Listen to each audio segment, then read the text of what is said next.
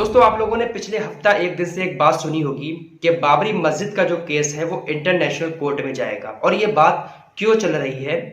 ये बात इसलिए चल रही है कि कुवैत के एक लॉयर है अल शुरैका, उन्होंने all India Muslim personal law board को एक मैसेज किया और उस मैसेज में उन्होंने लिखा कि अगर आप लोग इजाजत दें तो हम इस केस को इंटरनेशनल कोर्ट में उठाना चाहते हैं और इंशाअल्लाह ताला हमारी जीत होगी। अल शुरैका ने all India Muslim personal law board से इजाजत मांगी।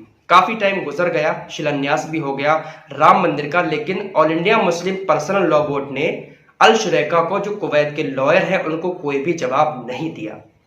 अब काफी टाइम के बाद all India Muslim personal law board ने अल शुरैका को जवाब दिया है और उन्होंने क्या लिखा वो हम आपको बताने वाले हैं। इस बात को सुनने के बाद आपकी क्या राय है? आप लोग भी अपनी राय कमेंट बॉक्स में जरूर देकर जाना।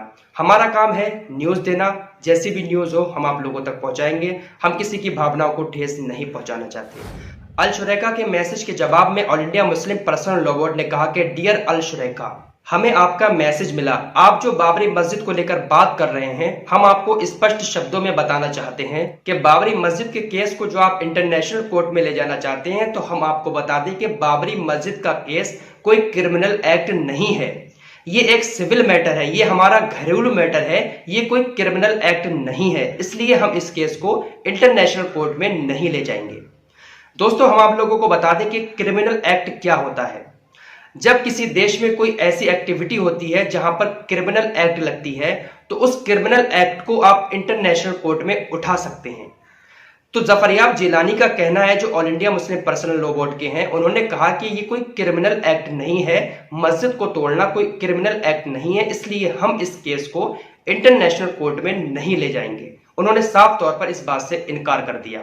लेकिन अल शुरैका का कहना है कि मस्जिद को तोड़ा गया है तो ये एक क्रिमिनल एक्ट है और इसको इंटरनेशनल कोर्ट में उठाया जा सकता है। अगर आप इजाजत दें तो हम इस केस को इंटरनेशनल कोर्ट में उठा सकते हैं। इसके आगे all India Muslim personal law board ने लिखा कि डियर अल शुरैका, हमने आपको देखा है कि पिछले एक हफ्ते से आप बाबरी मस्जिद को लेकर आवाज उठा रहे हैं, लेकिन आपने ये आवाज सिर्फ एक हफ्ता पहले ही उठाई है, क्योंकि राम मंदिर का शिलान्यास होना था और आपने शिलान्यास होने से एक हफ्ता पहले ही इस बात को उठाया है और आपने साइलेंट प्रोटेस्ट को जारी किया है।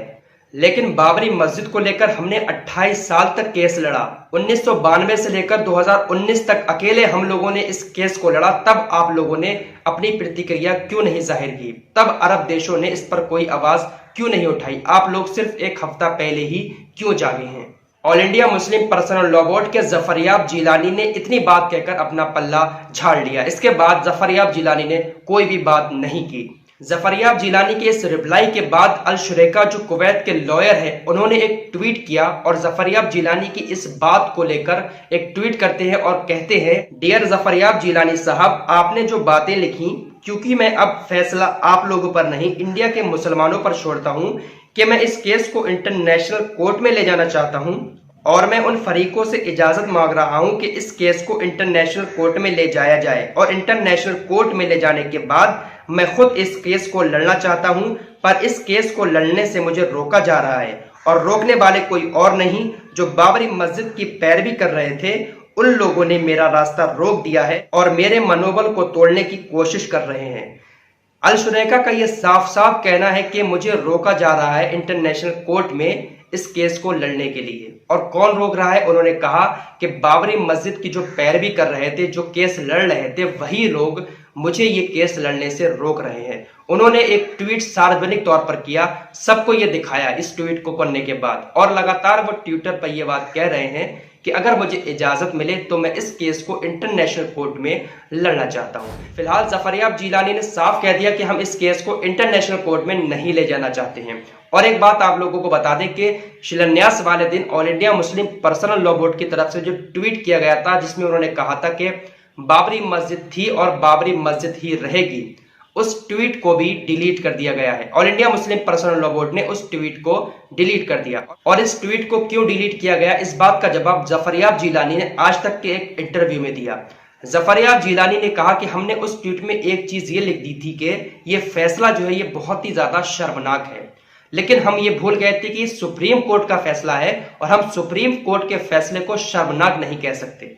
इसलिए हमने उस ट्वीट को डिलीट कर दिया। बाकी बातें उसमें जो लिखी थी वो सारी बातें सही हैं कि बाबरी मस्जिद थी, बाबरी मस्जिद रहेगी, और जो उन्होंने तुर्की की मस्जिद का उदाहरण दिया था, कहा था, वो बात भी हमने एक्सेप्ट की है, उस बात को भी हम कहेंगे।